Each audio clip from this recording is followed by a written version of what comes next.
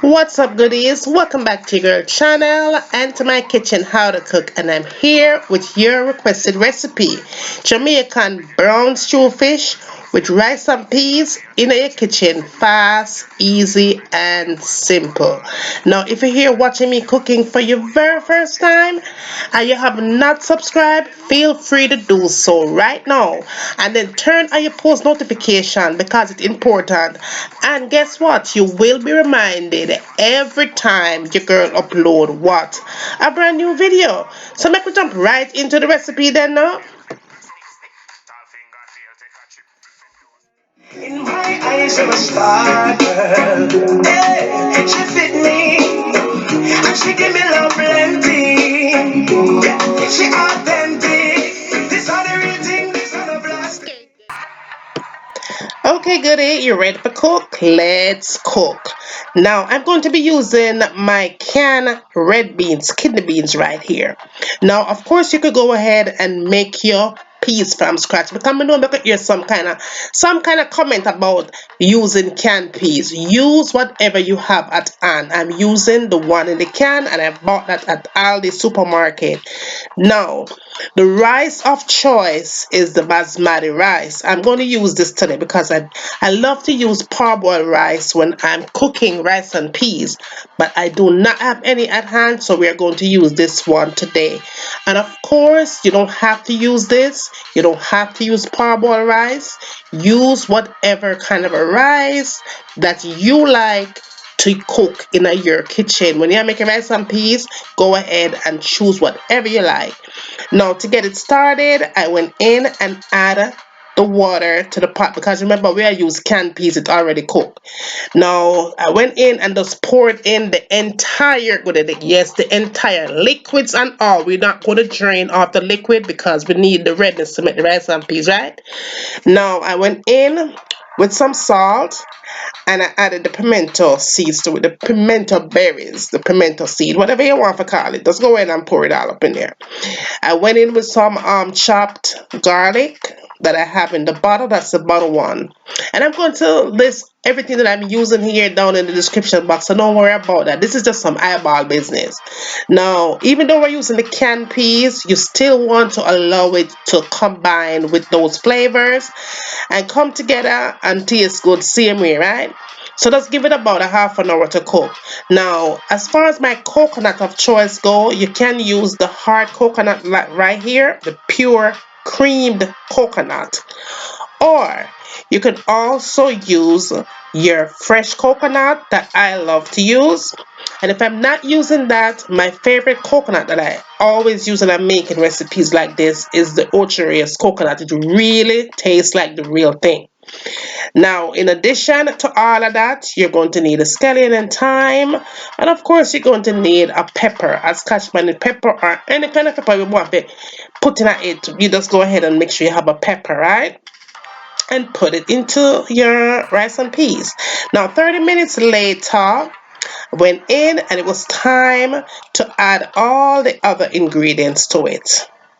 So what I did here was go ahead and add the coconut cream. Do not use coconut milk. The one you drink with cereal, don't use that. Coconut cream, okay? Now to that, you want to go in and add the scallion and the thyme, of course, and then you add pepper. Basic thing.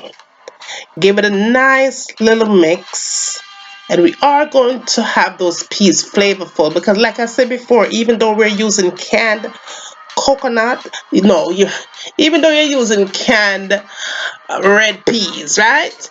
You still want it to have flavor. You still want to do the same step as if you had cooked it from scratch. Whether you want to put it in the pressure cooker or whether you want to cook it on stove top, but you are going to do the very same thing that you do when you're doing that step.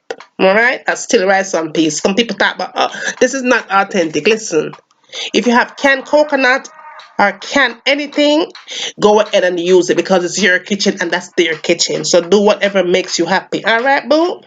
Now, moving right along, we are going to add the rice to it.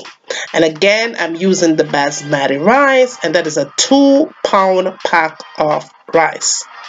So you want to go ahead and just pour it all out. This is white rice, so of course you want to give it a really good rinse.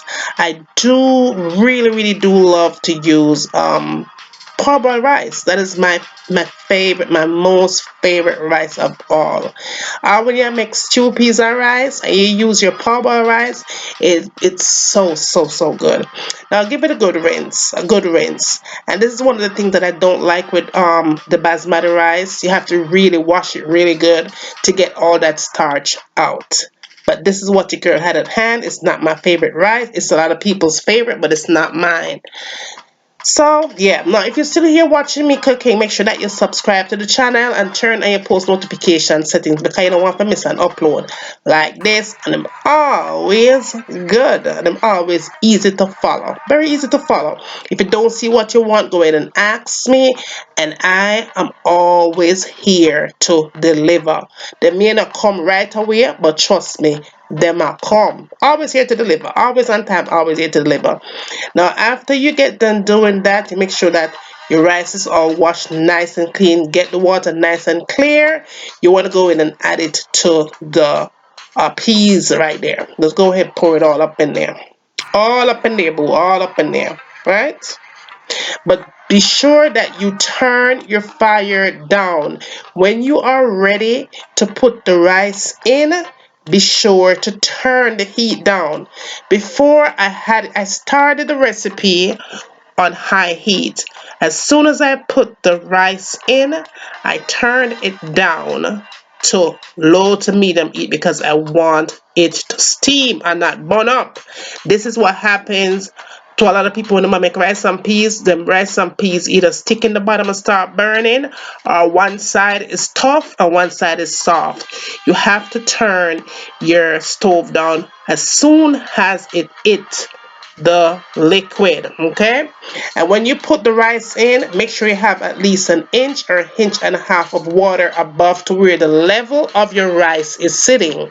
If that is not happening, your rice will not be cooked. So be sure once you add your rice in again, you have at least an inch or an inch and a half of liquid that is covering that rice. I always use my foil paper. I always use it and to lock the steam in. And that's it. Just set it and forget it. And I know you're going to ask me what kind of fish I'm using. The fish that I'm using is all freshwater fish, heads off. No tilapia, okay? These are not tilapia fish, but you could use whatever kind of fish that you want to use. Snapper fish, any kind of fish, your kitchen, your fish, use that.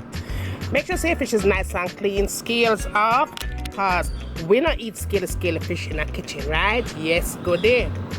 What I did was made slits into my fish on both sides on each of these fish. Want to make sure that my seasoning go right through and through to the crevice of the fish, so the fish can turn up loud in your kitchen, right? Yes, good day. So the fish is set and all these things. Now, Kitty, you want to make sure that you have all your veggies ready for the recipe. After all, you are making Jamaican brown stew fish, right? Any fish of your choice. I'm going to add some fresh garlic, scallion and thyme, add scotch bonnet pepper, tomato, and bell peppers. Any color of your choice is fine. But just people go crazy, right? I just saw the thing set right there. So, and onion, of course, right? Yes, boo. Let's cut up them. Yes, boo. Make we get started. Now, in the container there, I have 2 tablespoons of fish seasoning only. Then I have a teaspoon of salt and a teaspoon of black pepper, right? That's all they need to get the fish going. Add the salt to it and add the black pepper and just mix that together, and your fish is ready to be seasoned. Now all I'm doing here is just sprinkling the season on top of my fish, and then you also want to do it on the other side as well. Even though you're doing it on that side, on both sides, you want to still get some of that goodness there inside of the fish as well, because you want it to have a ton of flavor, right? a massive amount of flavor. So you open up that fish pretty much like that and season it generously inside.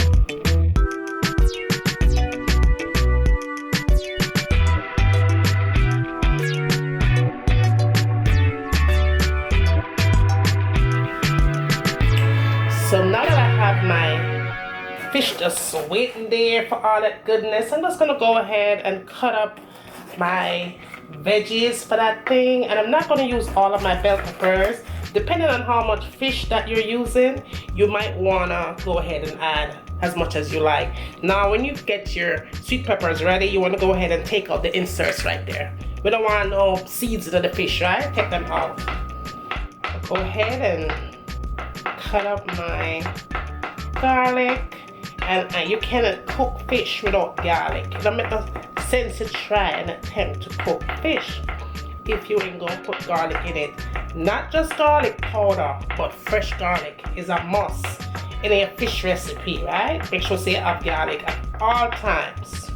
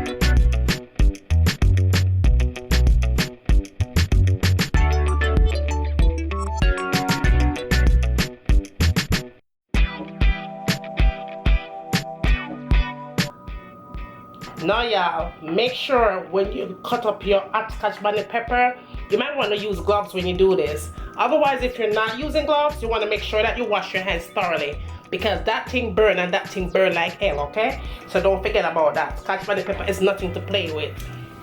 Okay, goodies, so now we are ready to fry our fish, right? Now, if your oil is not at least 350 degrees, you're going to have a problem when them fish they start fry. It's going to stick and it's going to be splashing and you're going to have disaster. Now, if you're not sure when it gets to 350 degrees, you want to make sure that you always have a wooden spoon in your house, in your kitchen. That's going to be your best friend, right? You go ahead and you put that wooden spoon into that hot oil. Now, if you see that wooden spoon starts to fry, like you fried chicken, that's when you know that oil is ready. You hear that sizzle? Oil ready. Now, you want to make sure that when you're putting your fish in the pot, you start from the top to the bottom.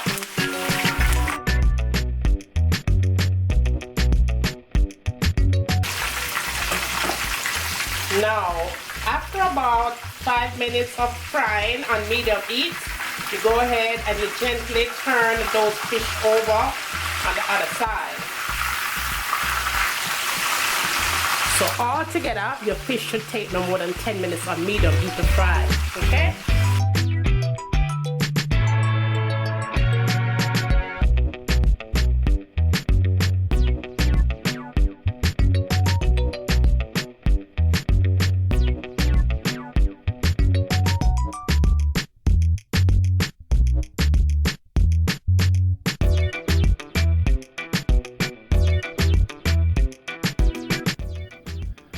Okay, goodie.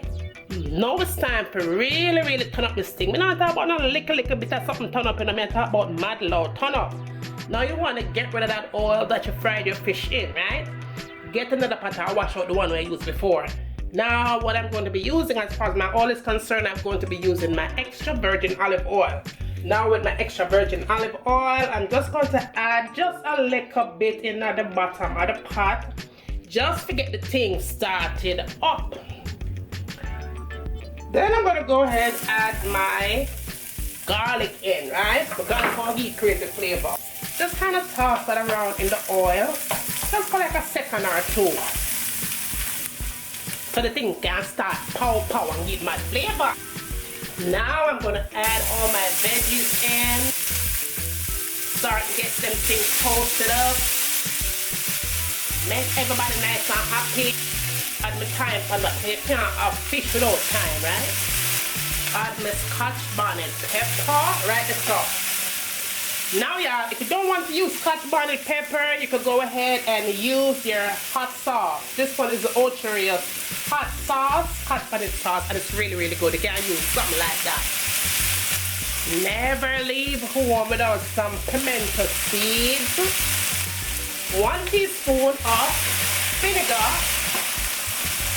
And just toss them things around, right?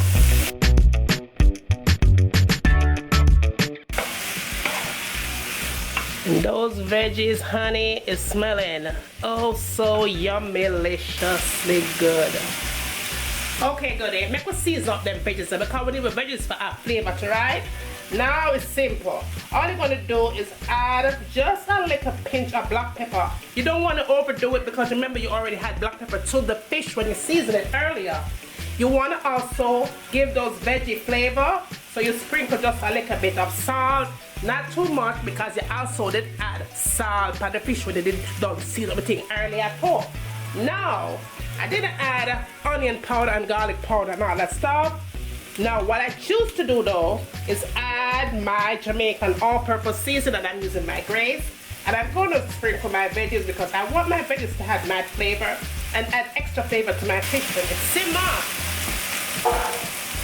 Toss that up once more and the thing starts to bust off some good flavor already right this way now. Yeah, just like that right there. So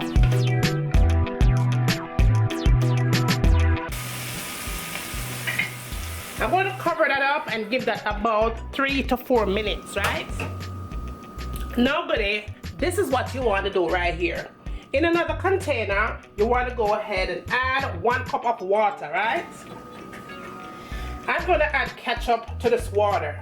Now, if you don't want to use ketchup, goodie, go ahead and use tomato paste. I'm telling you, if you follow this step right here, you're going to have one of the best brown stew fish in your kitchen ever.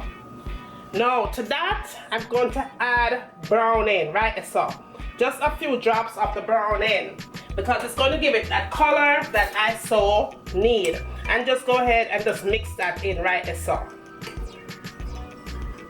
And that's all that I need to do. Now, after 3 minutes, right, it should look like that. 3 minutes only. Perfect. That is perfect. And it's not overcooked. It's just right. I'm going to go ahead and put my fish back into the mix.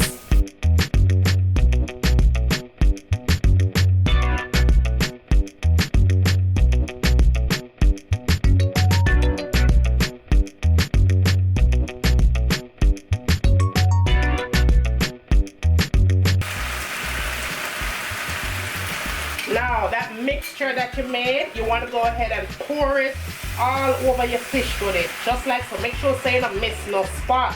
Get that thing all over that fish. Now I'm going to go ahead and squeeze 1 lemon on top of the fish because you want it to have that lemony, vinegarish, nice-ish flavor, right? Get that all up in that goodness, all up in them crannies and grannies and everything there, right? It's soft.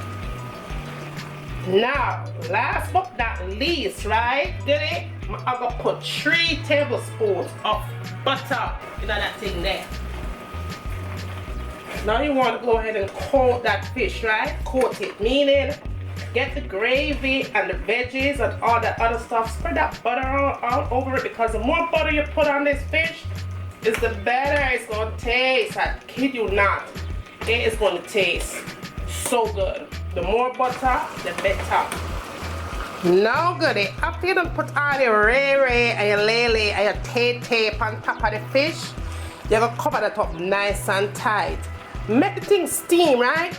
for about 10 minutes. Do not overcook your fish because you don't want your fish to come out and flappy and slappy. 10 minutes and nothing more for medium heat. When I come back, the thing that got nice and gummy. And when it done gummy up in the pot, I'm gonna share it with some rice and peas, some plantain vegetables. Now goodie, my rice and peas is ready. After cooking for about 30 to 40 minutes on low to medium heat, it is all set and it's all done. Now, depending on the rice that you might be using, yours might need a little bit more cooking time. All you have to do is get a fork and check it. Meaning, get the fork and go into the middle of the rice right there and bring it on up. Now, if it's still a little bit wet right there, you definitely need to steam it a little longer. And if you check the rice and it's still a little bit hard, you want to go into that center, right to the center, and just drizzle a little bit more water. Not a lot. Maybe I'd say like 2 to 3 tablespoons of water, and just put it into the middle and cover it back up nice and tight and seal it and let it finish steaming. It's going to be perfect. Now, other side of it, you could also take the fork and just mix the top up. Do not spin up your rice and peas because just in case there's areas that is more tender than the other side, you're going to have a rice and peas that is hard all over the place. Hardy, cook one part of the rice, cook one part no cook. Do not mix up the rice. But when you are all done, it is going to be all worth it. This rice and peas is going to be all worth it. Just take your time with it until all the grains are cooked evenly. Rice and peas is not one of those recipes that you want to rush when you're cooking it. You want to take your time and let it steam on low to medium heat only. As you can see, my pepper is still intact. I did not pop my pepper. Whatever you do, make sure say not pop your pepper, because if you're having children who's going to eat this rice and peas, they will not be able to eat it because it's going to be extremely spicy. Alright, make sure that. Now be sure that you subscribe to the channel, good, if you still watch me cook all this time, right? Turn on notifications so you won't miss the next upload, and it's always good. Well. When I went in and checked my brown stew fish, when it was all done, the thing was smelling oh so good. My veggies was still nice and crisp to the touch. The meat from the fish was immaculate. The gravy was fantastic. Everything came together amazing.